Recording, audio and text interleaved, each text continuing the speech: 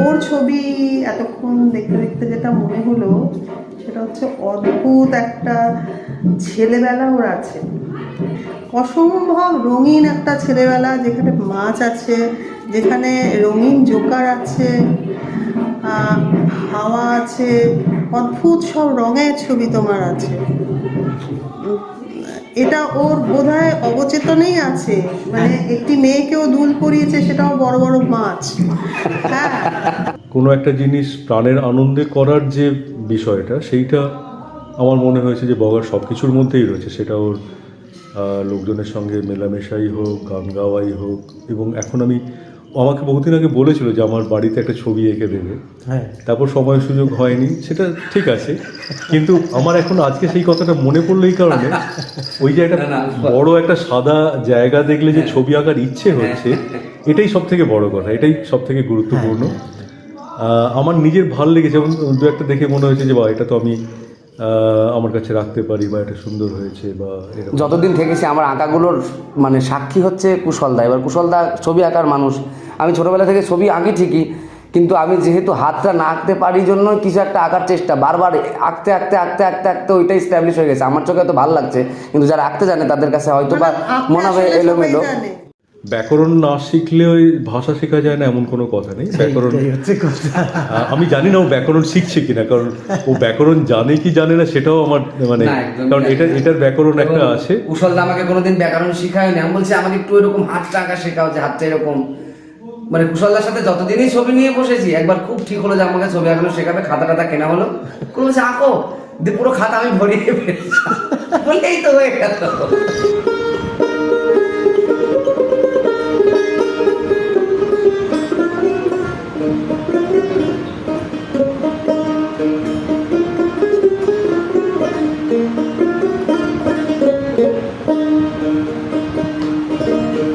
আমি এমন সুন্দর দেখিনি আগে, তাই দেখিতে লাগে গো, দেখিতে লাগে যদি দেখিলে প্রীতি হয় গো, তাই দেখিতে লাগে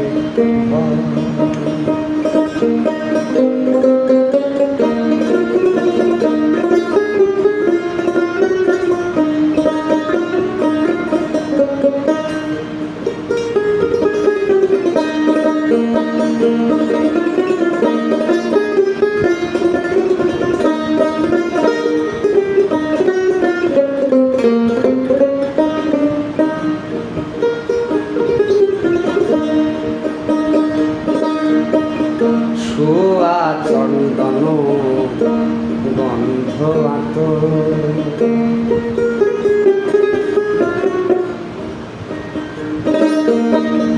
ছোঁয়া চন্দন গন্ধ আত, সাজানো থরে থরে আমার ফুলের বিছানা, ফুল শুকাইল নিশি পুহাইলে ভোরে, ছোঁয়া চন্দন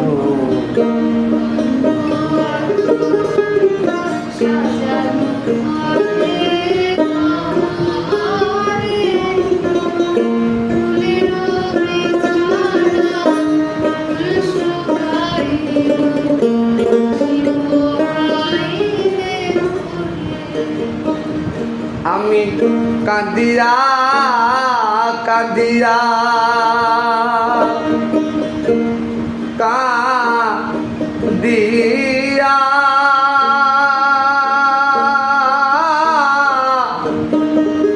আমি কাঁদিয়া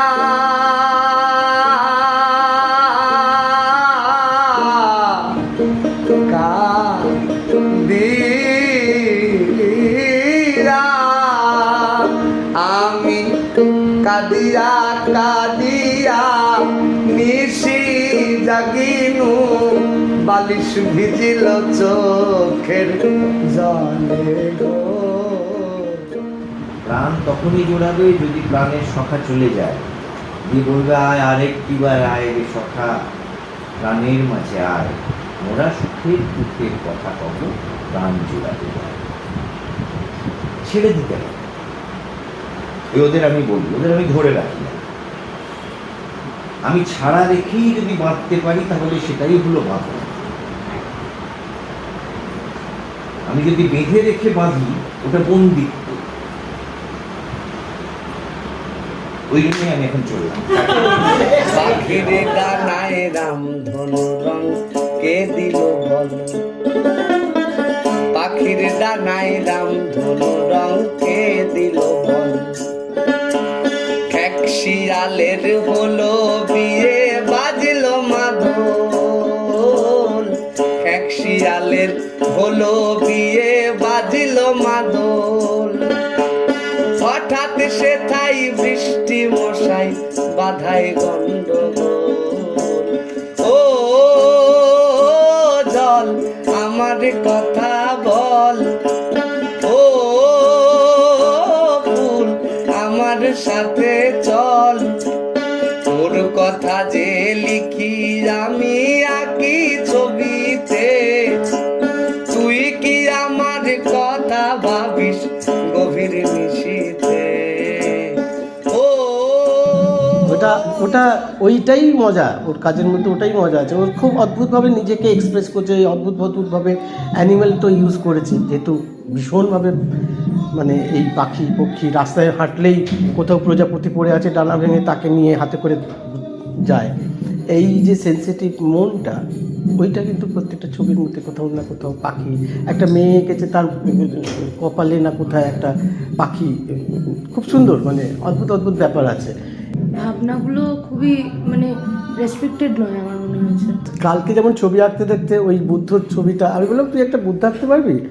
ও নিজে বললো যে হ্যাঁ আমি পারবো না এসব, ও তুমি করো এসব করে টরে, ওইটা করে ওপরে ওই যে অদ্ভুত ফলের মতো করে যেটা, তারপর নিজে বলছে এটা ফিদা কার্লো হয়েছে, মানে এই যে জায়গাটা হি নোজ ফিদা কার্লো।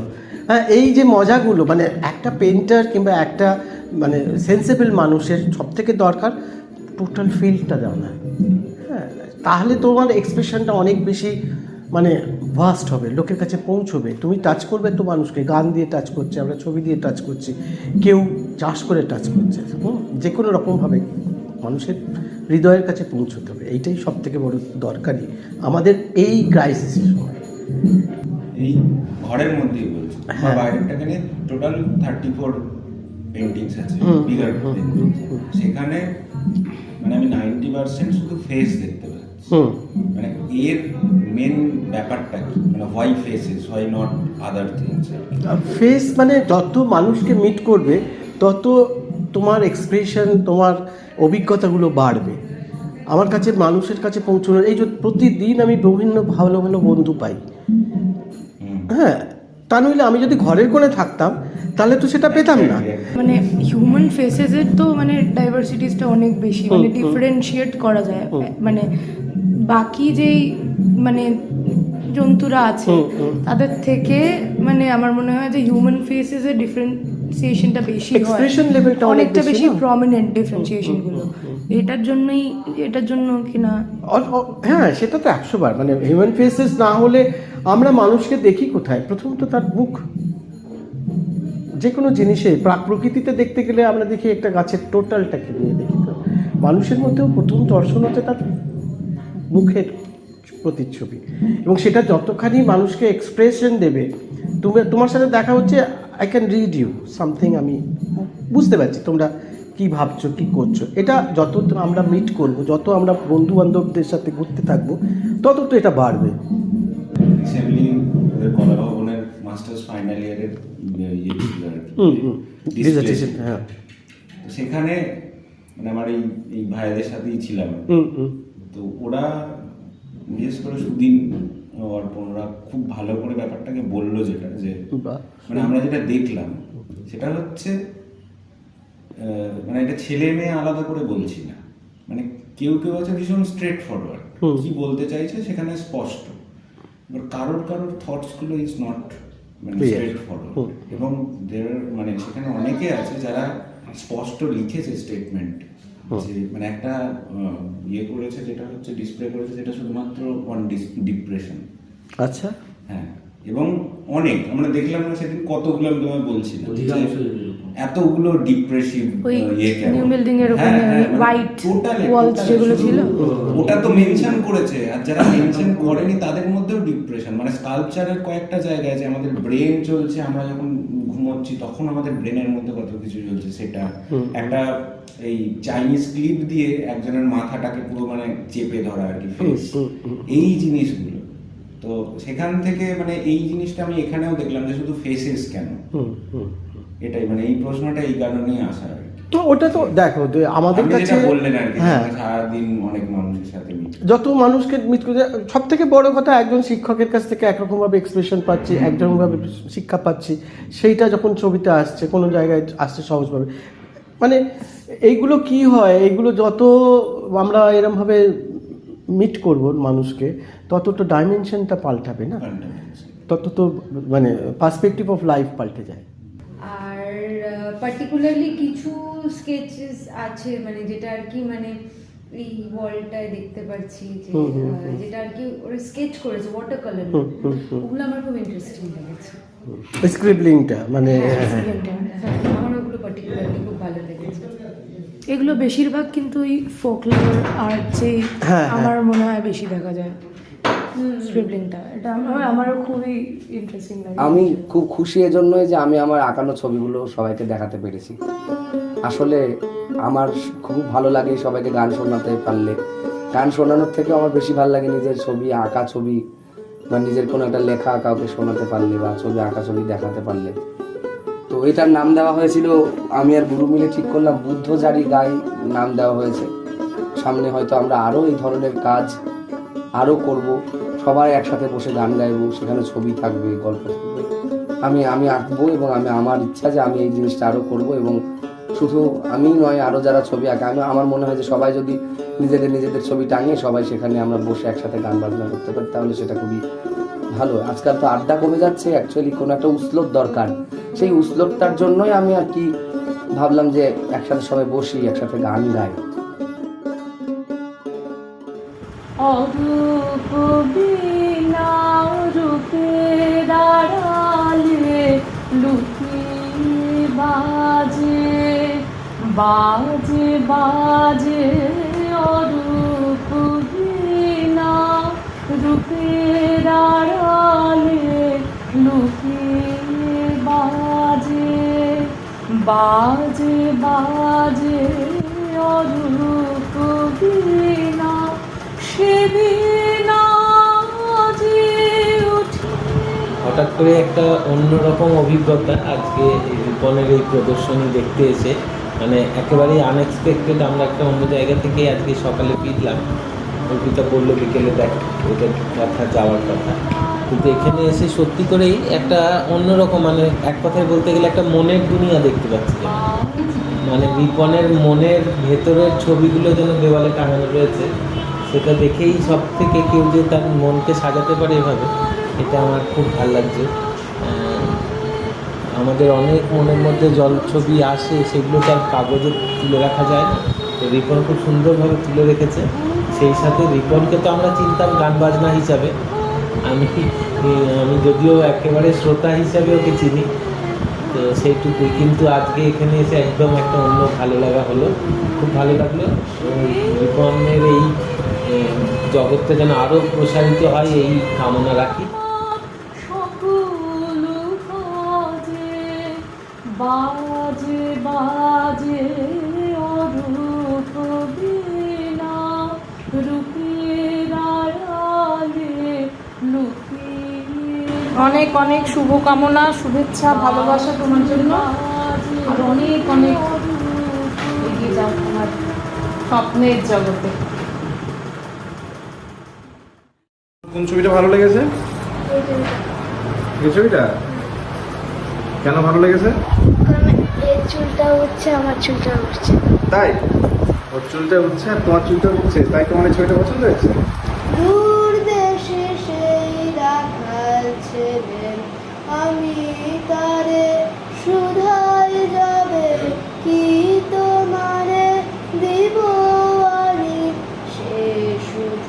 কয় আর কিছু নয়, তোমার গলার মালা খানি সে শুধু কয় আর কিছু নয়, তোমার গলার মালা খানি।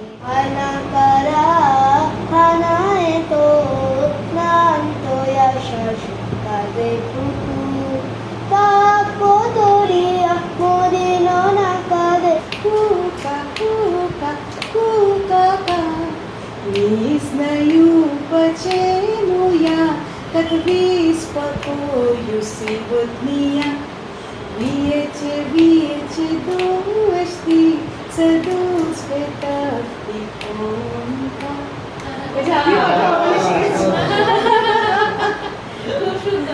কি মনে হলো ছবি দেখে? আমি তো অবাক হয়ে গেলাম, মানে ওকে তো দেখছেন অনেকদিন। হ্যাঁ, আমি তো মানে ওর গলার ভক্ত ছিলাম। সেটাই তো সবাই। ওর হাতেরও ভক্ত ছিলাম, কারণ এত বড় বাজনা বাজায়, সেই হাতে যে ও তুলি ধরে এত সুন্দর করে মানে প্রকাশ করে, মানে আমি তো খুবই মুগ্ধ। এবং আরো এরকম হোক, একটা এক্সিবিশনের এবারে সুযোগ পাওয়া গেছে, এটা একটা বড় কথা। ছবি হয়তো আঁকে, কারণ ওর কাজই হলো ধর্ম, ওর কাজই হলো নিজেকে প্রকাশ করা। এখন এভাবে যে নিজেকে এত সুন্দর করে প্রকাশ করে, অত্যন্ত সংস্কৃতি মনস্ক একটা ছেলে, দেখা যাক আরো কিছু হোক, এই তো প্রত্যাশা করি ওর কাছ থেকে সবসময়। আর সব থেকে ভালো জিনিস আমার যেটা মনে হয়, ও নিজের সাথে আরো বেশি রিলেট করে। যেমন বর্ণর কথা আমরা দেখি, ও বলেছে অনেকবার বর্ণর কথা, কিন্তু সেইভাবে তোমার বলে তোমার ভালো লাগবে, ভীষণ ভালো, মানে অনেক কথা হয়েছে। কিন্তু আজকে প্রচুর ওকে দেখছি, এই যে ছোটদেরকেও এত নিজের মতো ভালোবাসে, মানে তাদেরকে ওর নিজের মতো করেই গড়ে তোলে। ওই খেলাটা ওদের সাথেও খেলতে গড়ে তোলে, মানে গড়ে তুলতে পারে, সবাই তো গড়ে তুলতে পারে না, সবাই আছে। ও আসলে মানে বর্ণ, ও গেলে পরে ও একটা গানের বর্ণ একটা আলাদা পায়, মানে প্রেরণা পায়, কি বলবো, কিন্তু পায়, যেটা করি। কিন্তু এখন সময় পাচ্ছে, নানা কাজে ব্যস্ত হয়ে পড়েছে।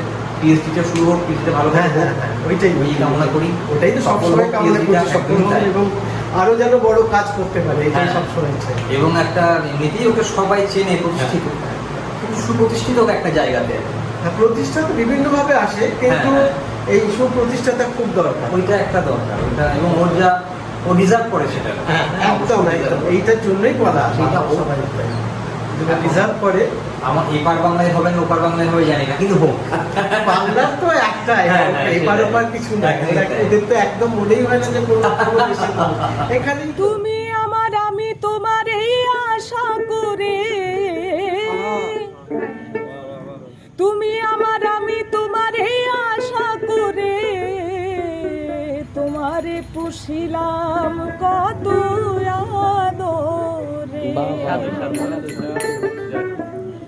আমার মাটির পিঞ্জিরায় সোনার ময়না রে, তোমারে পুষিলাম কত আদরে। আমার মাটির পিঞ্জিরায় সোনার ময়না রে, তোমারে পুষিলাম কত আদরে। তুমি আমার, আমি তোমারে আশা করে, তুমি আমার, আমি তোমারে আশা করে, তোমারে পুষে আমার মাটির পিঞ্জিরায় সোনার ময়না রে, তোমারে পুষিলাম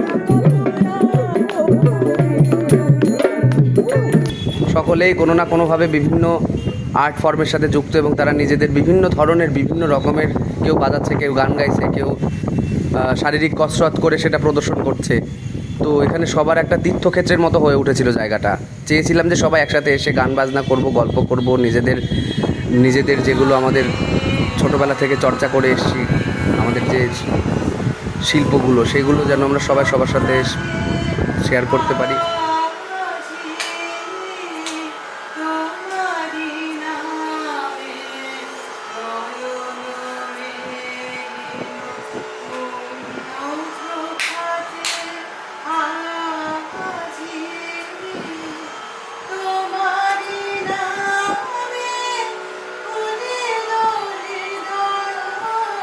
সকল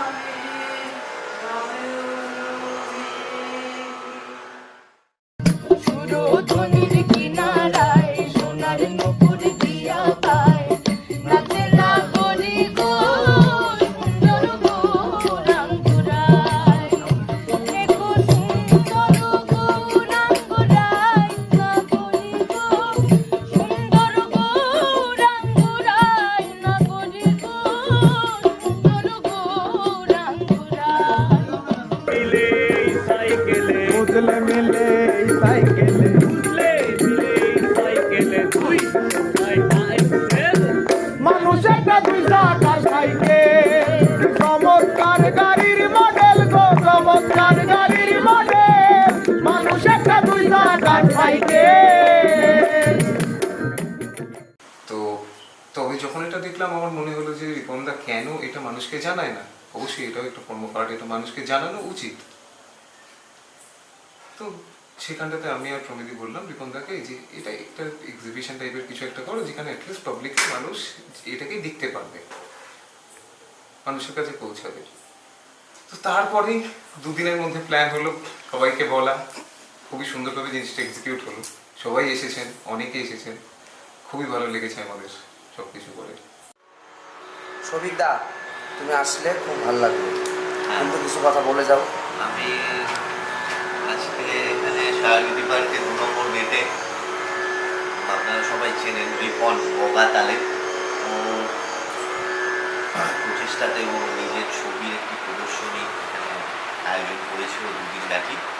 এত ছবি যে বগা এঁকেছে মানে আমি এটা কল্পনা করতে পারি না, এত ছবি কখন এঁকেছে, কত সময় এঁকেছে। যাই হোক, সঙ্গীতের মধ্যে দিয়ে, ছবির মধ্যে দিয়ে খুব সুন্দর একটা সন্ধ্যা আমরা কাটাচ্ছি। বলে একটা কথা বলতে, শিল্পের সম্মান নিয়েও বসে আছে, যা দেখে তাই ও শিল্প নিয়ে ঘাটাঘাটি করতে চায়। আগামী দিনে সব শিল্পই যেন ওর মধ্যে একটু একটু করে আমরা দেখতে পাই। আর এ তো আমি একটু দেখবো ভেবেছিলাম, আমি এত ছবি দেখতে দেখতে আমি নিজেই হাঁপিয়ে উঠেছি। মানে কত ছবিও এঁকেছি, একটু মানে এটা বেশি বললে কি করতে পারে, বেশি না বলাই ভালো। সব যদি আমরা একটু একটু পাই, তার ছোঁয়াতেই আমরা সম্পৃক্ত। জয় গুরু। বগা ভীষণই একজন গুণী মানুষ। আমি যতটুকু ওর সম্বন্ধে দেখেছি যত দেখেছি ততই আর কি অবাক হয়েছি। এই গুণটা আমি জানতাম না, আমি সত্যি আজকে সে আবিষ্কার হলাম। আমার একটা অন্যরকমই অনুভূতি হয়েছে। আমি চাই যে ও আরও ভালো কিছু করুক। বেশ ভালো লাগলো, এক্সিবিশনটার ভিতর দিয়ে গেলাম, নতুন একটা এক্সপিরিয়েন্স হলো, প্রথম কাজ করলাম বগাদার সাথে।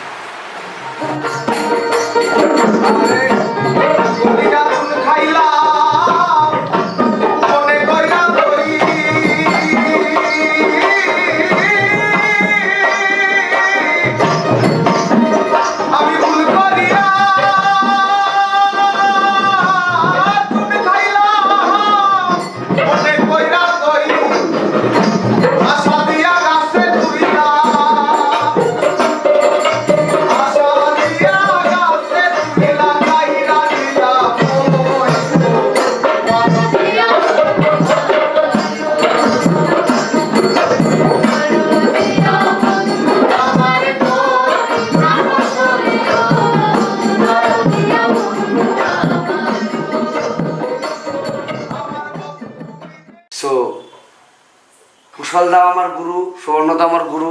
তাদের হাত ধরে আমি অনেক মানুষকে দেখেছি, তাদের হাত ধরে অনেক নতুন গান শুনেছি, অনেক গল্প শুনেছি।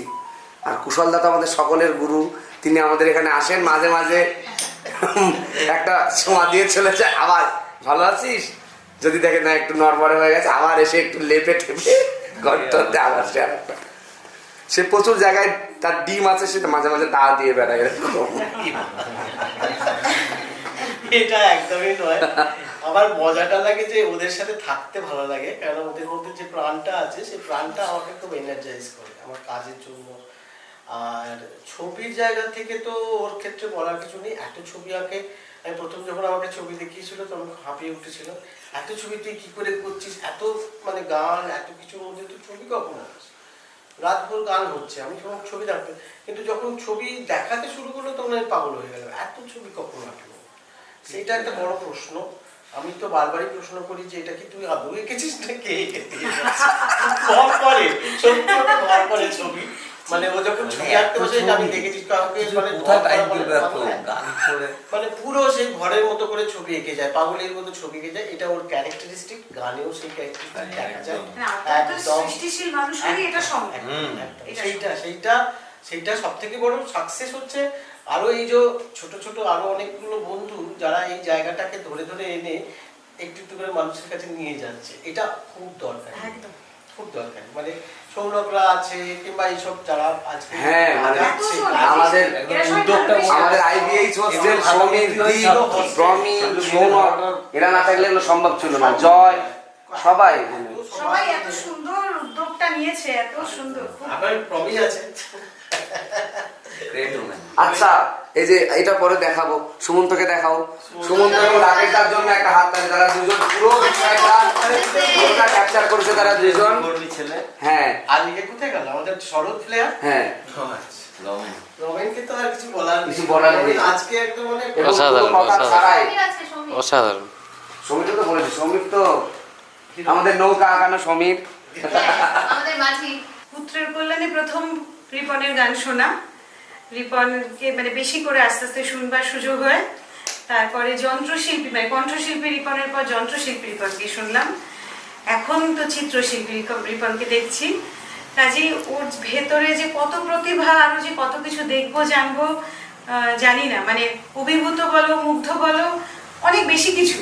এবং আজকে এই দুদিনে মানুষ রিপনকেও সামনে থেকে দেখলাম, চিনলাম, জানলাম, তাতে বোধহয় মনে হলো যে আরো অনেক কিছু আমাদের পাওয়ার আছে, অনেক বেশি কিছু পাওয়ার আছে। এবং ওর কাজের মধ্যে যেটা আমার মনে হয় ওর গানেও পাই এবং ওর ছবির মধ্যেও যেটা দেখতে পেলাম সেটা হচ্ছে অদ্ভুত এক সারল্য এবং মাটির সাথে যোগ। এইটা ওর গানের মধ্যেও যেমন পাওয়া যায়, ওর ছবির মধ্যেও পেলাম। এবং কি বলবো, কত বেশি শিল্পের সঙ্গে মানে ওর মনে হয় শিল্পের সঙ্গে সহবাস, পুরো শিল্পের সঙ্গে ও সহবাস করে, সেই জন্য এত ভালো আঁকতেও পারে, বাজাতে পারে এবং গাইতে পারে। এবং সবচেয়ে বড় এরকম একটা অনুষ্ঠান এবং ওর এক্সিবিশনটা যে হলো এবং মানুষ জানলেন, এটার জন্য খুব ভালো লাগছে। আরও ভালো লাগছে এখানে হলো এবং এই বাড়িটা যেন সার্থকতা পেল। আমাদের খুব এরকম গান অনুষ্ঠান করার ইচ্ছে, বা আগেও করেছি, এভাবে এত বড়ভাবে করিনি, কিন্তু আজকে মনে হচ্ছে মানে শিল্পের সঠিক প্রকাশ পেল। খুব আনন্দ হচ্ছে, খুব আনন্দ হচ্ছে। আমি চাই এরকম বারবার হোক, ওরা ও করুক, আর ওর বন্ধুরা বা ওর ছাত্রছাত্রীরা যারাই আছেন তারা মানে এভাবে নিজেদেরকে মেলে ধরুক, এবং সেটা যদি এখানে হয় তো খুব ভালো লাগবে। এটা খুব ভালো লাগবে।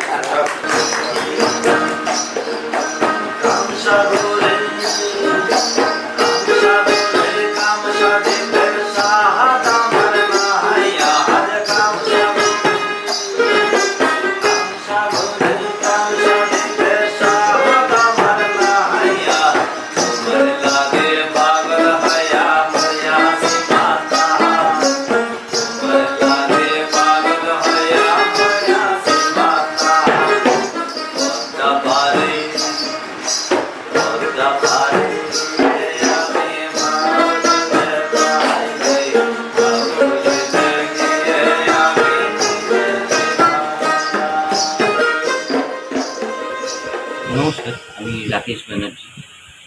তো আমি রিপন সরকার বগা ওর এক্সিবিশনে ছিলাম দুদিন, কিন্তু সেই সময় আমার কিছু বলার সুযোগ হয়নি, কারণ আমি একটু ব্যস্ত ছিলাম নানান রকম কাজে, ক্যামেরার পেছনে ছিলাম। আমি খুব একটা বেশি আঁকা বুঝি না, মানে আঁকা বুঝি না বলতে আমি আঁকতে খুব একটা বেশি পারি না, এবং ফ্রেমটা বুঝি, যেহেতু আমি কাজটা করি সেটা নিয়ে, এবং অ্যাস্থেটিক্সটা কিছুটা বোঝার চেষ্টা করি, কিছুটা বুঝি এবং শিখছি।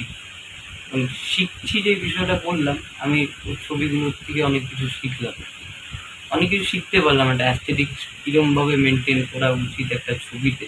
আমাদের ছবিটাও তো একটা ফ্রেমই, মানে আমরা যে ছবিটা, যারা ছবি আঁকে তারা যেটা ফ্রেমই আঁকে, সেই ফ্রেমটার মধ্যে যেরকম একটা আমাদের ছবি তোলার ক্যামেরার যেরকম ফ্রেম হয়, সেটাও একটা ফ্রেম।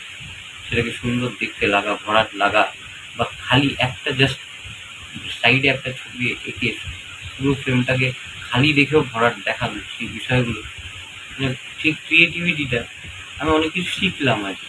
আমার শুধু ওখানে কাজ করতে যাওয়া বা ওখানে যাওয়ার, শুধু দেখতে যাওয়া নয়, আমি অনেক কিছু শিখলাম ফ্রেম সম্বন্ধে। আমি অনেক কিছু শিখলাম, যেটা খুব মজা করেও আর কি ফ্রেমিং করেছে। যে ফ্রেমিংটার কোনো মানে বিষয়টা, ফ্রেমটাতে একটা মজা ভরা, আমি না গেলে মিস করতাম, অনেক কিছু মিস করতাম। ওর ছবি তো বটেই মিস করতাম, ওর গান তো মানে 24 ঘন্টা সারা বছর শুনতে পারলে, সারা জীবন শুনতে পারলে কোনোদিনও শেষ হবে না শোনা। এখন ক্যামেরা করছে আমাদের বকাই, যে নাকি বড় মিস করেছে এই এক্সিবিশনটা, যে বগার প্রায় সমবয়সী একজন বাবার বন্ধু।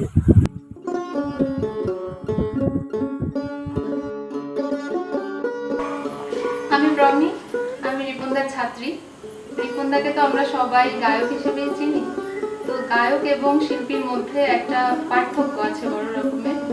তো সেই পার্থক্যের জায়গা থেকে আমি বলবো আজকের এই এক্সিবিশন দেখে কিংবা তার লেখা সুর করা গান, তার অভিনয়, এগুলোর মধ্য দিয়ে কিন্তু আমরা সেই গায়ক এবং শিল্পীর মধ্যেকার যে পার্থক্যটা সেটা খুব ভালো করে বুঝতে পারি। উড়ে যায় সাদা বক পাখায় পাখায় রং নিয়ে, ধুলো মাখা পথ ধরে হেঁটেছে সে বহুকাল ধরে, সেই পথে তুমি আমি কখনো হেঁটে দেখেছি কিনা আমি জানি না। এই গানটি আমার অত্যন্ত প্রিয় একটি গান, বগাদারি লেখা গান। গানটির নাম সাইরেন। গানটা এখনও unpublished. I hope someday it will be uploaded in his YouTube channel. কিন্তু তার চেয়েও বড় কথা হচ্ছে এই গানটির কথা কেন বললাম।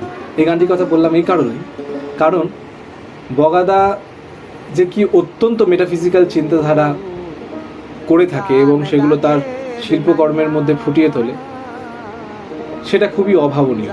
ধুলো মাখা সেই পথে, মানে সেই বকটি সেই ধুলো মাখা পথ দিয়ে হাঁটছে এবং সেই পথ দিয়ে তুমি আমি কখনো হেঁটে দেখেছি কিনা আমি জানি না। এই ভাবনাটা তো খুবই একটা সহজ ভাবনা নয়। মানে এই ভাবনাটা কখন আসে একটা মানুষের? একটা মানুষ যখন ভীষণ রকম out of the box thinking করেন এবং পৃথিবীটা যার কাছে 2 2 4 নয় নেহাতি, তারাই হয়তো এমন ভাবনা চিন্তা করে উঠতে পারে।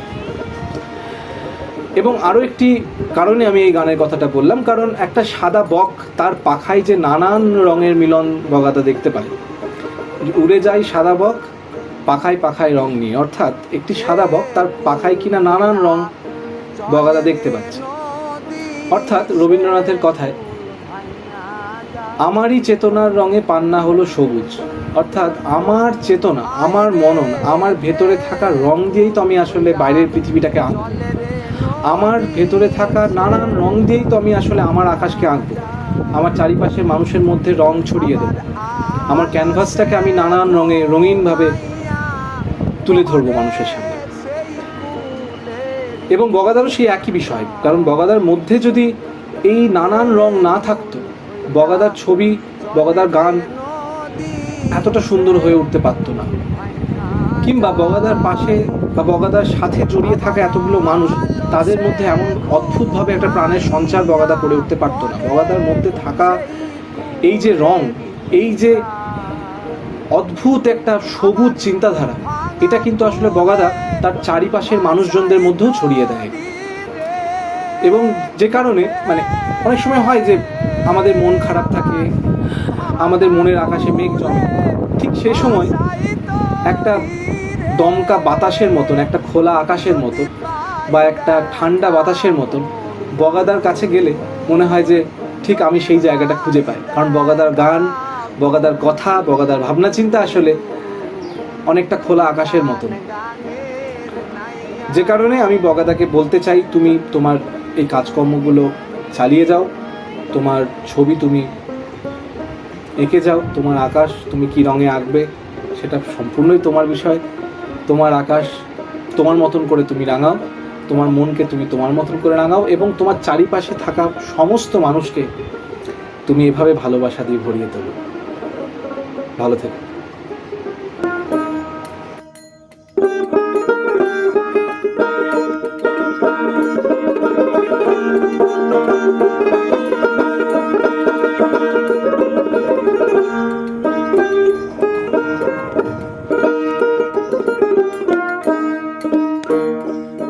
আরে নদীর পানি শুনছি নাকি সায়ন পানি ধাই, হাই রে নদীর পানি শুনছি নাকি সায়র পানে ধাই।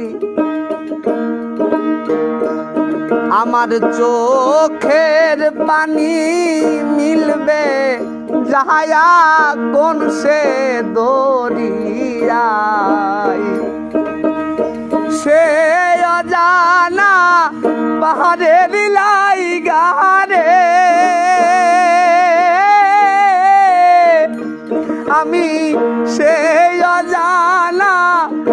বাহারের লাইগারে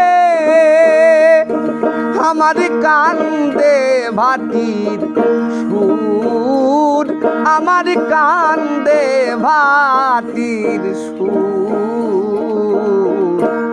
উজান গাঙের নাইয়া,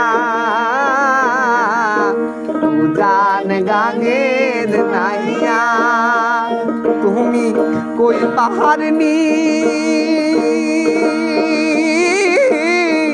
পাহাড়ে নদী গেছে কত দূর। উজান গাঙের নাইয়া, উজান গাঙের নাইয়া, উজান গাঙের